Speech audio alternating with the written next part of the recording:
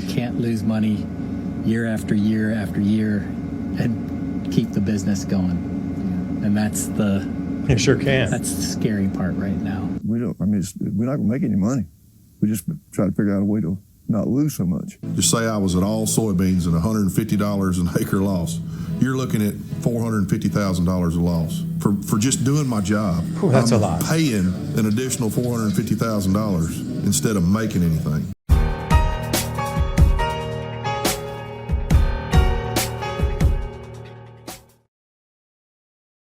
And these are the real concerns that the farmers are having. It just costs so much because of the war with Iran. From the diesel fuels to the fertilizers, the insurance, the machinery, the tariffs, the parts, it's so expensive. But the crops aren't going to be bringing them these massive profits. We lost so many trade deals because of the tariff war. So our main sales export markets out to China and different parts of field, they're not there anymore for our farmers. Got mountains of things piling up back here, soybeans, for example. Our farmers are being pinched to the point where they're not going to be making very much money this year. It's going to bankrupt more of them. And if you haven't seen, the crop tours have just started, and anywhere between 3 and 7% so far on corn down for America. They haven't gone into the wheat fields yet. They're into the soy a little bit. They're more into the corn right now. But everywhere you look, it seems like there's just going to be a tightening effect across all agriculture. If our farmers can't continue to make money, they're not going to grow food. And when they don't grow food, then what? We're seeing this across the world. Everything has gotten so expensive. So you wonder, why was this done? You knew the ramifications. How many hundreds of think tanks were out there? And if you do this, A, B will occur. And if B occurs, C will occur. And nobody thought this through. I'm sure they did, but they still went through with it anyway. But what's the reason for that? Because we're already against the 8-ball anyway. And here's the U.S. drought monitor for July 21st. And you see out west, Midwest grow belt was exceptionally dry. It's still relatively dry. East Carolina's over there, North Carolina, South Carolina, really dry. It seems to have come off a little bit. This is the August 13th here. Another 2 weeks after that. But what still persists? The Midwest grow belt dryness, the Western dryness, and it alleviated a little bit across the Carolinas and East Coast. But that's been like that the entire grow season. So, minimal yields this year. Everything's looking scrappy. Even if they get the tonnage, it's not very good. It's poor quality compared to, the weight might be there, but the quality's not. And this one off the National Security Journal. The Iran war's next shock won't hit the gas pump. It's coming to your food supply, and it's already too late to stop. Food crisis in blue, maybe the one that lasts. That's not going to be a good one that lasts. That should be the one that should be the shortest. But if you had all these think tanks looking to see what the repercussions, what the effects would be from this going over in the Middle East and cutting off the Strait of Hormuz, and then all these other factions are going to cut off the Red Sea. You knew shipping will get disrupted. You knew that. And here we sit at the verge of a food crisis. And things just aren't getting any, it doesn't look like it's going to get any lighter here these next weeks. Now we're literally the thermonuclear weapon card is on the table. And the hydrogen economic devastation is coming, and the hydrogen bomb for the economies have been set off. And now it's us or them. It's the BRICS or us. We've divided lines like there's no going back from this. No going back. Like what was said in the last week here, divided the world completely into you're next, or they stand together and fight against this dollar regime. And the whole time, the world's food supply is, maybe that's the purpose, the world's food supply. I'm paying 60% more for diesel fuel than I would have been paying 45 days ago. You got to have diesel for everything. That wasn't even 2 months. To plant, to harvest. So diesel steadily going up like this, man, it affects us bad. I've never seen prices jump to levels like they are now as fast as they've jumped. Diesel prices from pumps like these have shot up from $3.22 a year ago to about $5.35 today. And I got one on the scale just delivered this week, 535. That's pretty much exactly what that was pulled this week's pricing. Unlike most olive oils on the market, Casandrino's is single source, organic, cold pressed from family owned groves in Greece. Never blended, not mass produced, not sitting on shelves forever, and every single batch is lab tested for polyphenol content. Farm to table, from their orchards to your kitchen. As soon as they pick these olives, literally within hours, they cold press them so you get peak flavor and health benefits. 100% single origin, organic extra virgin olive oil. That's what you want. Which offers a unique blend of potent vitamins that support immune, bone, and heart health without capsules or fillers. And the Mediterranean diet, you've heard about this for centuries. And the benefits of long-term wellness. From the family-owned olive groves in Laconia, Greece, straight to your taste buds. We should be supporting this type of business, family businesses producing clean foods that can get it to you directly. This should be the new business model for the entire planet. You should know your farmers. We need to have local producers that produce clean foods for us. The corporate chain, this isn't doing it anymore. So please support families and businesses just like this. That link's in the description box below, and it's going to be some of the best olive oil you've ever had in your entire life. Head over to casandrinos.com/David to put your order in there, or you can just simply click on that link in the description box below.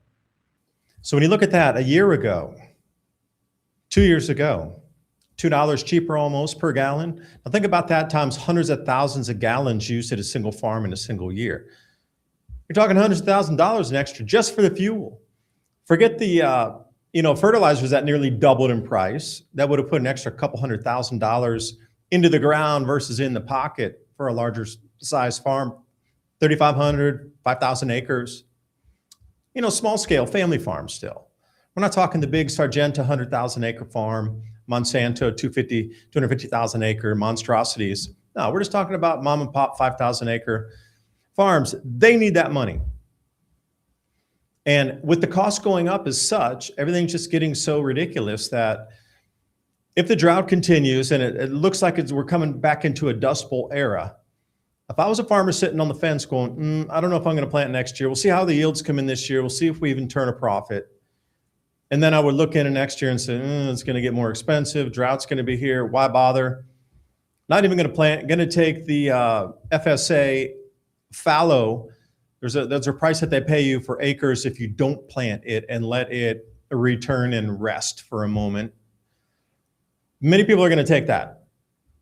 Would you not? If you're going to lose money or you're going to get paid a few dollars an acre just to let your acres rest, I would take that and try to pay down some of the debt from the previous losses and figure out how to get some farm insurance out of that. Not plant. Again, there goes our food supply. And Charlie Bilio off of X here. Price increase since the start of the Iran war. Wheat up 14%, palm oil, Brent crude oil, the first two you eat. And then if we come down the list after the diesel fuels and the distillates and all the things to make our engines run like farm machines, we come back into rice. Then we're back into the fuels again. And these are the most important things that make our world move. Fuel and food. Just depends how the bottom paragraph here, the Russia-Ukraine war disrupted all the grain exports. I did a full expose of that over on my Patreon channel about the largest Russian grain export facility. 1/3 of all Russian grains is not coming out this year because of, it was destroyed in the war. And then Ukraine, they're not exporting either because all their stuff was destroyed in the war. So we're at like a standstill on grains in Russia and Ukraine. But here you are. Here's your food inflation in the U.S. Now, these are official figures, quote unquote. All food, 28.9%. Food at home, food away from home, they're listed there for you. So everything's above 25%. But again, these are official figures, which I would take with a grain of salt. The unofficial figures put it somewhere between 40 and 70%, like if you go to Shadow Stats. So nowhere near. We're almost at double food pricing, and people aren't handling that very well. And then the United Nations food basket's also creeping higher, but slowly. So if we've already had this much problem and you see those food prices, those are official. Now, I would discount those literally. That's not even remotely close to what the world is. Shadow Stats has around 70% for some foodstuffs, 45% for others. So you have to take a look between that 40 and 70% range. If our food goes up again because of these lean harvests and more taken offline, how much more can the average pocketbook take? Because we're seeing all this disruption around the world of just our societies are just being ripped at the threads here. If you're looking at fabric, we're going to rip that. The thing about Russia is their exports are not coming this year as robustly as they would prior. So we're looking at massive declines. You know, Russia was the largest exporter, still is, in the world of grains. Now, 1/3 of their grain is not going to go out this year because that loading facility, what's the world's largest? It's the largest one in Russia too. Got just smashed by all these drones and the fuel terminals, and the whole loading area is just whatever weaponry they have now from Ukraine just smashed this place to bits. They're trying to reroute to these smaller ports, but they're just, I mean, a fraction. It'd be like going from somewhere giant, let's say LA harbor, and then you're trying to bring it into some little fishing port up the coast. Something that different.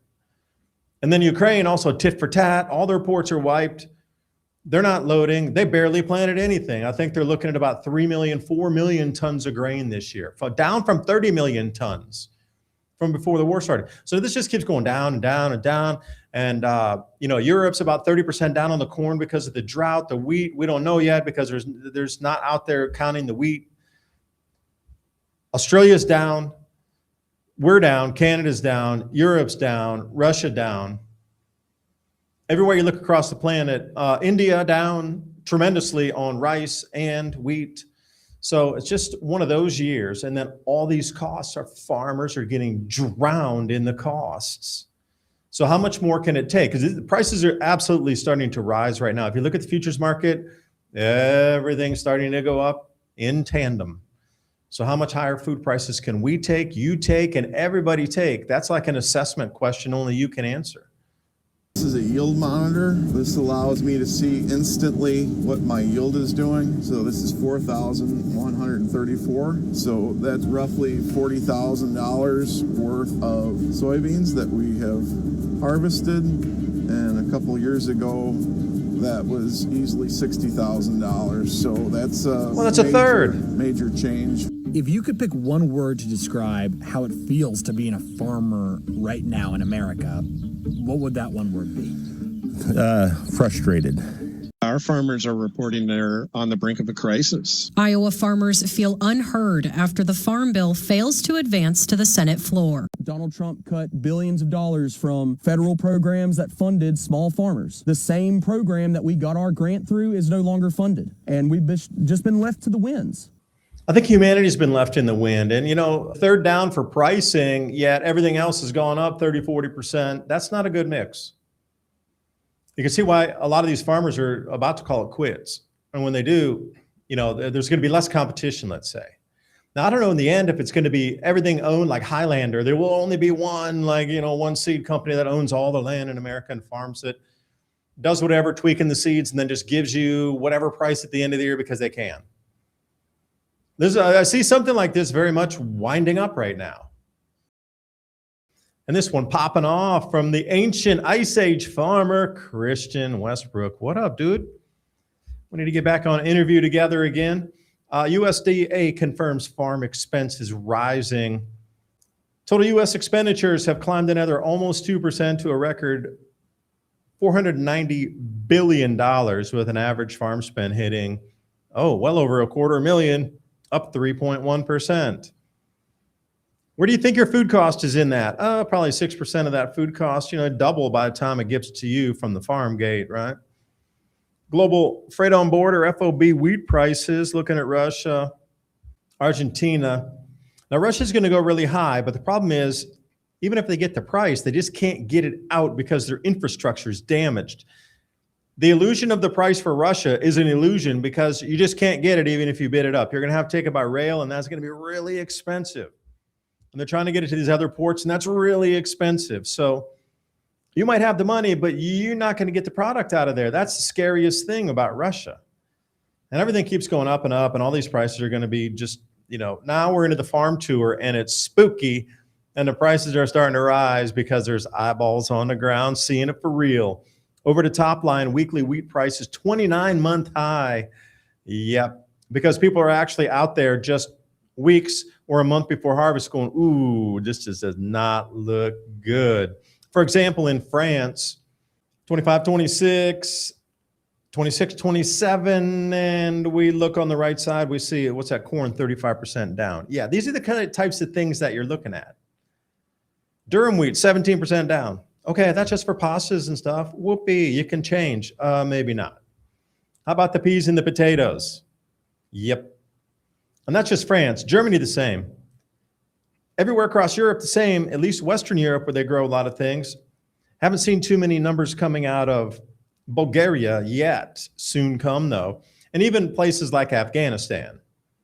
FAO warns high fertilizer prices threaten Afghans' wheat. Okay, well, if they can't grow, where do they get? Again, this is just a glimpse of what's happening across the planet. I implore you to put a plan in place to try to take stock. What do you have around your house? What's your long-term storable foods? What kind of grains do you have? What can you keep to get you through these next 6 months to a year? Things are going to start going a little bit nutty when they realize that they can't get the Russian wheat out. And this all just came last week. So, this is still only in the ag news type of thing. Once it comes out, and these prices start to run away because Russia can't deliver, then we're going to see something. You took a third of the world's wheat offline of the largest exporter of wheat.